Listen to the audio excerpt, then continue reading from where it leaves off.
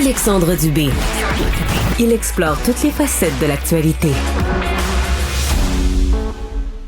Content de te retrouver. Ben, moi aussi, c'est un plaisir partagé. Écoute, on suit avec intérêt de jour en jour l'Omnium Banque Nationale. Là, on est rendu, là, écoute, ça peut pas être plus serré que ça. Le carré d'as. Le carré d'as est connu à Montréal. La compétition est très relevée. Et il y a une Canadienne qui nous éblouit et qui va être en action ce soir. Un 6e match en 12 soirs. Et d'ailleurs, je le précise parce que c'est important, c'est le premier match de la soirée. Donc, on inverse la formule d'il y a 2 jours. Donc, c'est à 6 heures. C'est à 6 heures. Et lors de son match quart de finale, lorsqu'elle a entamé, le stade était débordant. C'est pourquoi on avait choisi le deuxième match de la soirée. Là, j'imagine, pour être équitable pour chacune, on inverse. Donc, faites vite si vous avez des billets. Sinon, asseyez-vous rapidement devant le téléviseur, puisqu'habituellement, on ne perd pas trop de temps. 18h, les joueuses vont faire leur entrée sur le court central.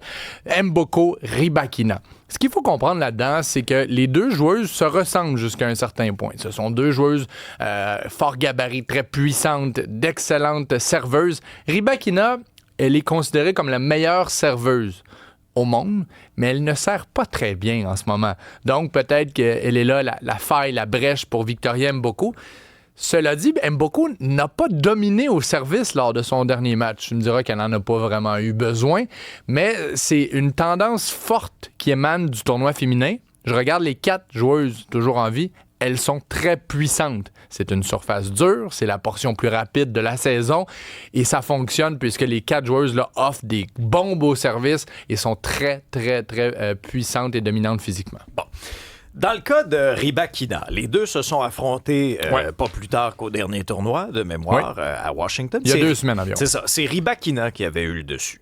Dans le cas de Mboko, c'est quoi ton feeling? Est-ce que ça se peut qu'avec, son parcours spectaculaire, le momentum, la foule derrière elle, est-ce qu'il peut se passer un autre petit miracle ce soir au stade IGA? C'est clairement la joueuse la plus en feu. Je mets un bémol parce qu'on reviendra sur Naomi Osaka. Hier, Osaka m'a fasciné. Oui.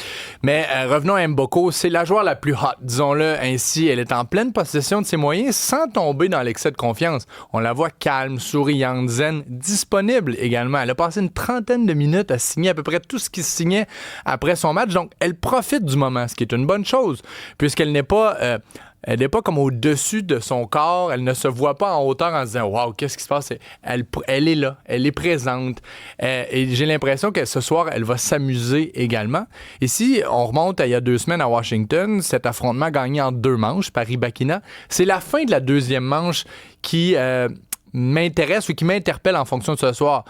Elle a perdu, mais elle s'est rendue au bris d'égalité. Et à ce moment-là, elle n'était pas encore connue. Tu sais, d'aller chercher une bonne sensation en fin de match, malgré la défaite, peut-être que ça positionne positivement le jeu de la Canadienne pour ce soir. Mais en même temps, on l'a vu, même si elle n'a pas un début de match, pour X raisons, parce qu'elle a des papillons, elle est en mesure, et elle l'a montré à maintes et maintes reprises, de se replacer dans le match sans paniquer. Donc, j'ai vraiment, vraiment hâte de voir cette soirée magique, cette soirée tennis. On est choyés, là. C'est vraiment une programmation, une construction de tableau qui tombe à point. Ouais, regardons l'autre partie du tableau entre Townsend et Osaka, qui était en action hier.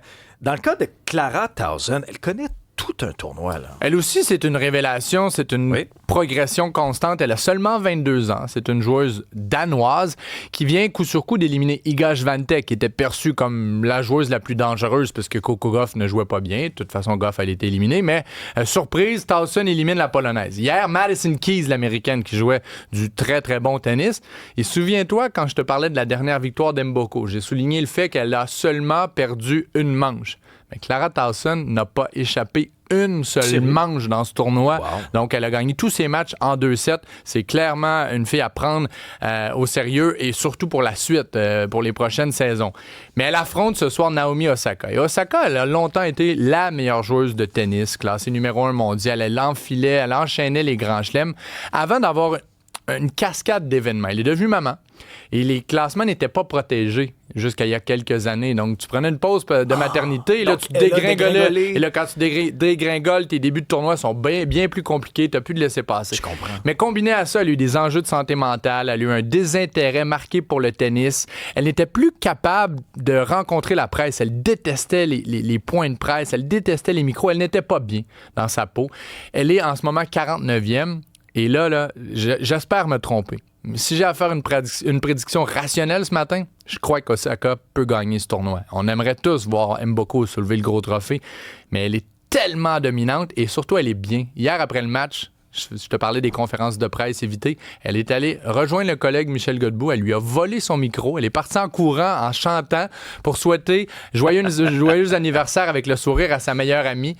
Donc, on la sent zen, on la sent très, très légère et elle est à prendre au sérieux, elle aussi, Naomi Osaka. Pardon. Chez les hommes à Toronto, les 2 premières têtes de série sont toujours dans le tableau, dans le carré d'as. Taylor Fritz a gagné hier l'Américain. On savait déjà qu'Alexander Zverev, le favori, serait du carré d'as. Et ce soir, il y aura Zverev et Khachanov, mais surtout un duel américain. Taylor Fritz, 4e au monde, mais 2e favori. Et un de mes joueurs favoris, Ben Shelton. Il donne tout un show. Il est très exubérant, Ben Shelton. Ah ouais. C'est une tour de contrôle il sert des bombes au service, mais il donne un spectacle. C'est vraiment un typique joueur américain qui va affronter un compatriote. Donc ce soir, j'ai l'impression que cette demi-finale Fritz-Shelton va être très, très bonne. Et c'est peut-être l'occasion de Ben Shelton de se positionner au sommet de la hiérarchie tennis. Merci, Charles-Antoine. On se revoit lundi, Alex. Parfait. Je vais m'ennuyer. Moi aussi.